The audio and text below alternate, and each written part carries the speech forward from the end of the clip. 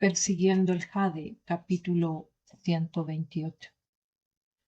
Chu Yun-chan aún desconocía los planes de Kimin, que había urdido en convivencia con la familia Lee. Indignado exclamó: Marqués, puesto que el nieto mayor del príncipe heredero aún vive, conmigo como testigo y el libro de cuentas del tigre en sus manos como prueba, seguro podemos acabar con Wei Yan.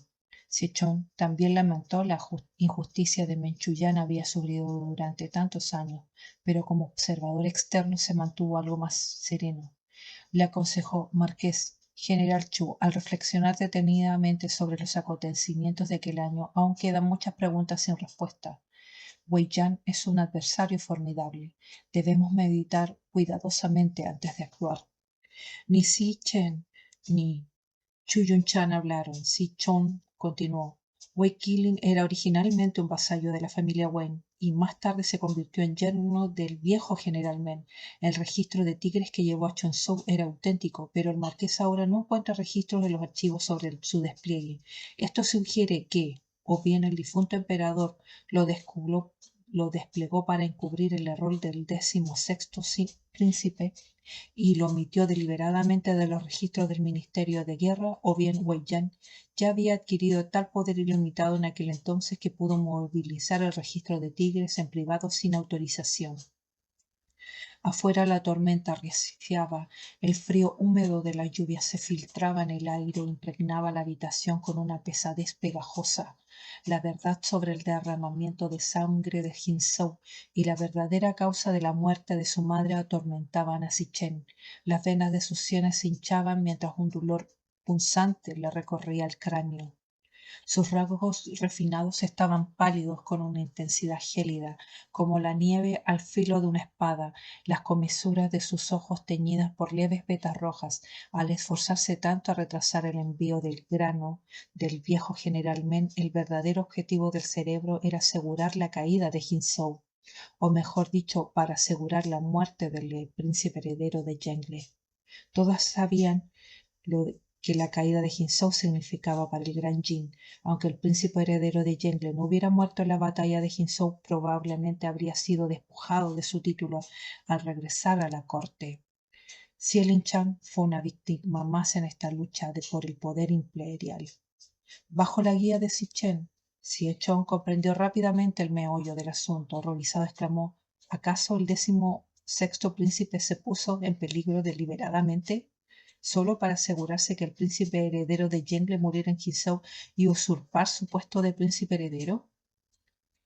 Chu Yun-chan, un hombre directo y sin rodeos, no era tan astuto como Siechon. Al oír esto frunció el ceño confundido. ¿Pero no sería eso demasiado temerario? ¿Acaso estaban tan seguros de que el emperador fallecido no escatimaría esfuerzos para rescatarlo y lanzarse a las fauces del tigre? En realidad, el 16º príncipe sí había muerto en Lunchen.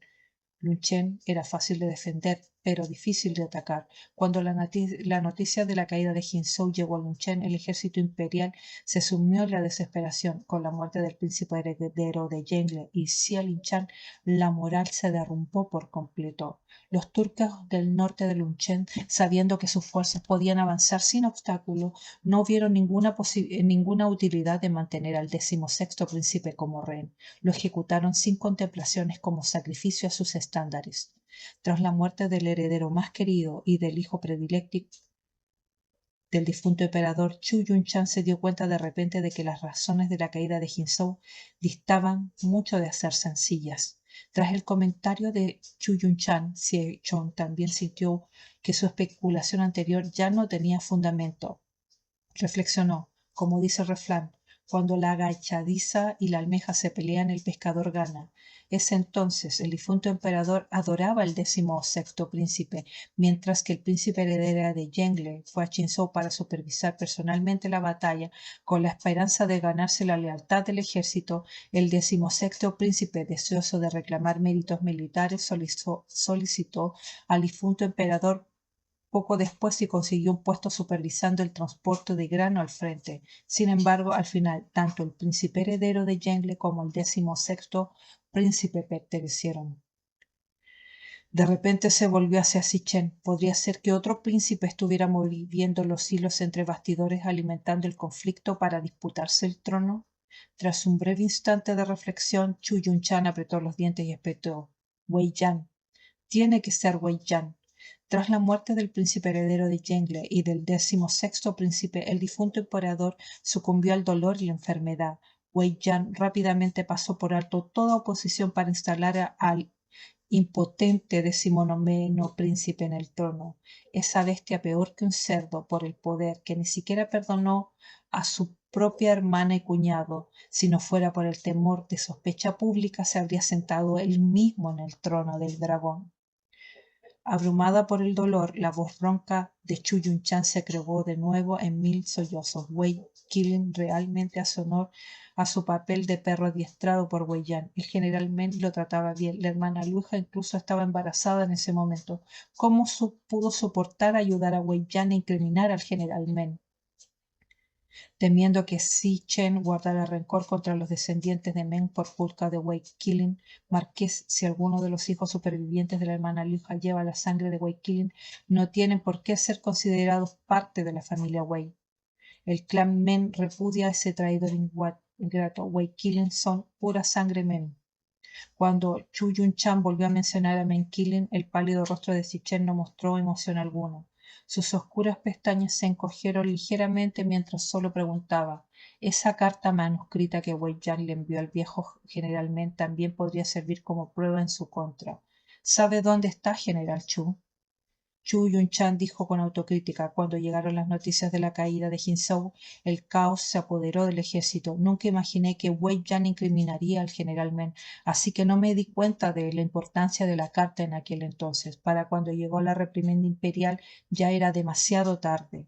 El dolor punzante en la cabeza de Sitchen hizo que frunciera el ceño involuntariamente. La carta finalmente había llegado a manos de Wei Qilin.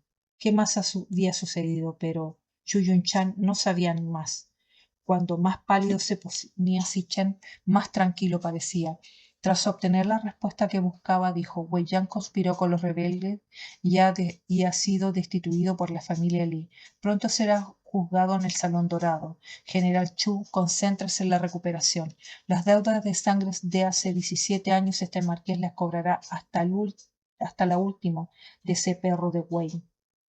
Tras abandonar los aposentos de Chu Yunchan, Sitchen siguió de cerca, dudando hablar en varias ocasiones. La lluvia amainó, dejando solo una cortina de finas gotitas que caían del alero del pasillo. Vestido con túnicas oscuras y con una mano en la espalda, Sitchen permanecía en silencio bajo el alero, contemplando el exuberante bambú verde del patio. Sus apuestos rasgos parecían indiferentes, pero una aura opresiva de melancolía y letalidad emanaba de él, eclipsando su noble porte. Tras mucha vacilación, John finalmente habló: Marqués. Sin siquiera levantar los párpados, Sitchen dijo: no es necesario que me sigas, puedes retirarte. Chon se aventuró a ir más allá de lo habitual. Las acciones de la señora en aquel entonces fueron sin duda para protegerte, marqués. Un último recurso. Por favor, no te aflijas. Si el general y la señora supieran ahora de tus logros, sonreirían en el más allá. Los ojos de Sitchen se tornaron fríos y feroces. Retírate. Sitchen miró la espalda inflexible de Sitchen y suspiró para sus adentros. Siempre lo había sabido. El suicidio de la señora Xie era un nudo inamovible en el corazón de Sitchen. Ahora que la verdad había salido a la luz, solo traería a Sitchen un dolor mayor. Durante más de una década había odiado la debilidad de la señora Xie, había odiado su crueldad al abandonarlo para que fuera criado por sus enemigos. Sin embargo, la señora Xie se suicidó tras descubrir la cooperación de Wei Yan, proteger a Chu Yunchan y a la antigua facción Wei. Wei Yan podría encarcelar a Chu Yunchan y a otros de por vida, pero jamás podría mantener a su propia hermana encerrada para siempre. Mientras la señora Xie viviera, Sitchen acabaría descubriendo la verdad sobre lo ocurrido aquel año. Con los métodos de Wei Yan sin duda intentaría erradicar la raíz del problema. La señora Xie optó por ahorcarse para salvar la vida de Chen.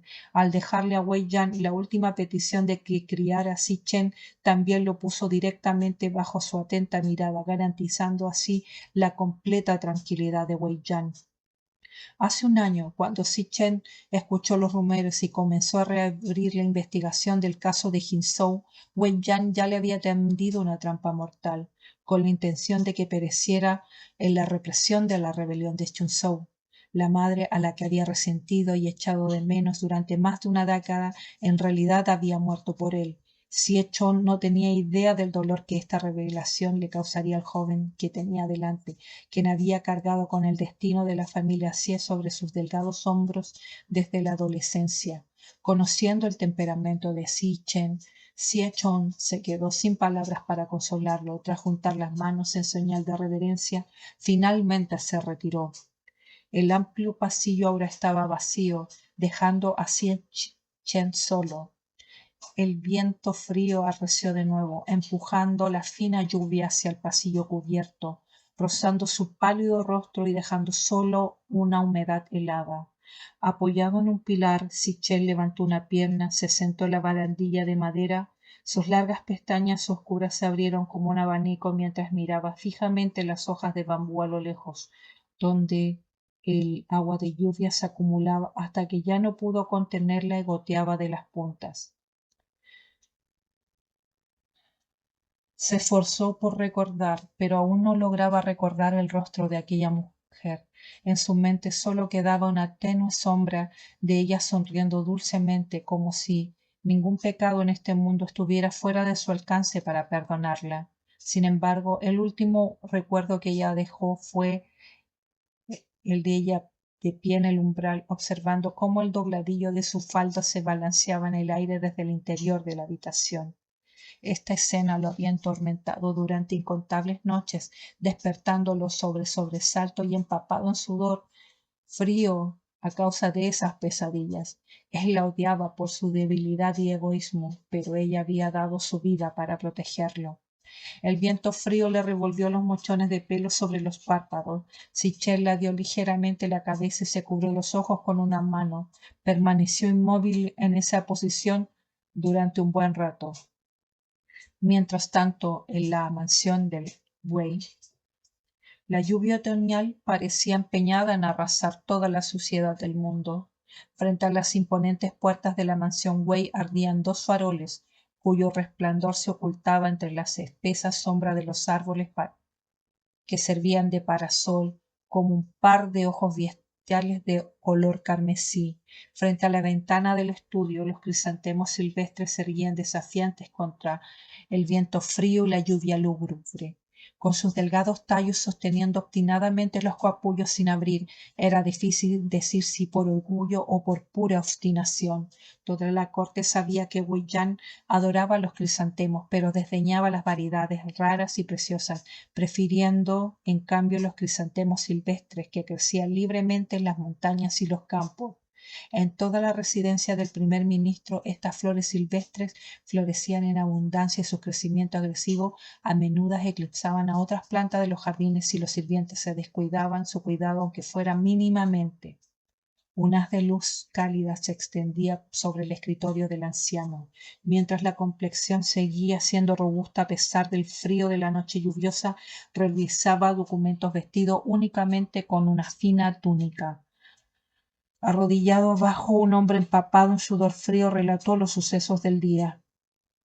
Dos grupos intentaron una fuga de la prisión. Tras años de búsqueda infructuosa del registro del tigre de Yunchan, resultó que Chu Yunchan lo había cosido a su pierna amputada. Cuando el primer grupo lo ayudó a escapar, fueron interceptados por los operativos de rango de Tian. Incapaz de moverse con rapidez debido a sus piernas, Chu temió retrasarlos. Tomó una daga y se abrió la carne y recuperó el registro del tigre para ellos. Más tarde llegó otro grupo. A juzgar por su estilo de artes marciales deberían pertenecer a la familia Xie. Aprovecharon de que los guerreros de rango Tian perseguían al grupo anterior que había robado el registro del tigre y rescataron a Chu Yunchan. El pincel del anciano no se detuvo ni un instante. Las pinceladas de tinta iluminadas por la luz tenue de las velas eran audaces y poderosas. Cada trazo, cada pincelada era tan firme como hierro templado.